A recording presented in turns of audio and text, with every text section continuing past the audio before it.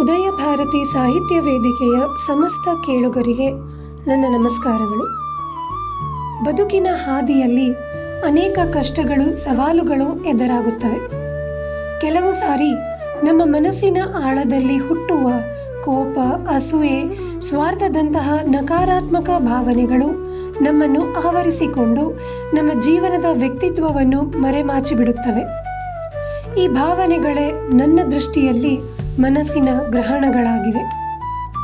ಸೂರ್ಯ ಚಂದ್ರರಿಗೂ ಗ್ರಹಣ ಬಿಡದಿರುವಾಗ ಮನುಷ್ಯರಾದ ನಮ್ಮ ಮನಸ್ಸಿಗೆ ಗ್ರಹಣ ಬರುವುದು ಸಾಮಾನ್ಯ. ಆದರೆ ನೆನಪಿಡಿ, ಈ ಗ್ರಹಣಗಳು ಶಾಶ್ವತವಲ್ಲ. ಅವು ಕೇವಲ ತಾತ್ಕಾಲಿಕ.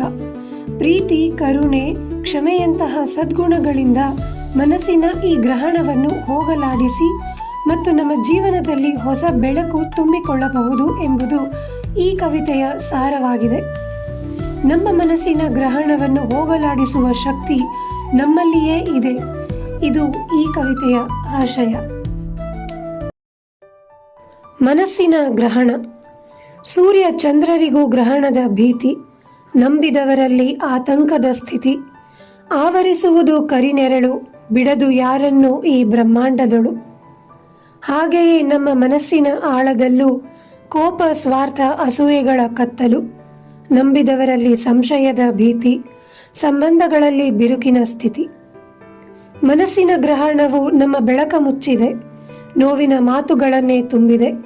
ಪ್ರೀತಿ ಎಂಬ ಅಮೂಲ್ಯ ದೀಪ ಆರಿ ಅಹಂಕಾರದ ಕತ್ತಲೆ ಇಡೀ ಹೃದಯವ ಆವರಿಸಿದೆ. ಆದರೆ ನೆನಪಿರಲಿ, ಇದು ಕೊನೆಯಲ್ಲ. ಗ್ರಹಣಕ್ಕೂ ಇಹುದು ಮೋಕ್ಷದ ಕಾಲ. ಪ್ರೀತಿ, ಕ್ಷಮೆ, ಸಹಾನುಭೂತಿಯ ಸ್ಪರ್ಶ, ಬದುಕಿನ ಕತ್ತಲೆಗೆ ಮೋಕ್ಷ. ಕೋಪವು ಕರಗಿ ಕರುಣೆ ಮೂಡಿ ಪ್ರೀತಿ ನೀರು ಹರಿದಾಗ ದಿನಗಳು ಬದಲಾಗಿ ಹೊಳೆಯುವುದೇ ಬೆಳಕು.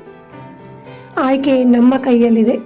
ಪ್ರೀತಿಯಿಂದ ನಡೆಯಲು, ಕ್ಷಮಿಸು ಎಂದು ಮಾತನಾಡಲು ಮನಸ್ಸಿನ ಗ್ರಹಣವನ್ನು ನಾವೇ ಅಳಿಸಬೇಕು. ನಮ್ಮ ಬದುಕನ್ನು ಪ್ರೀತಿಯಿಂದ ಅಲಂಕರಿಸಬೇಕು.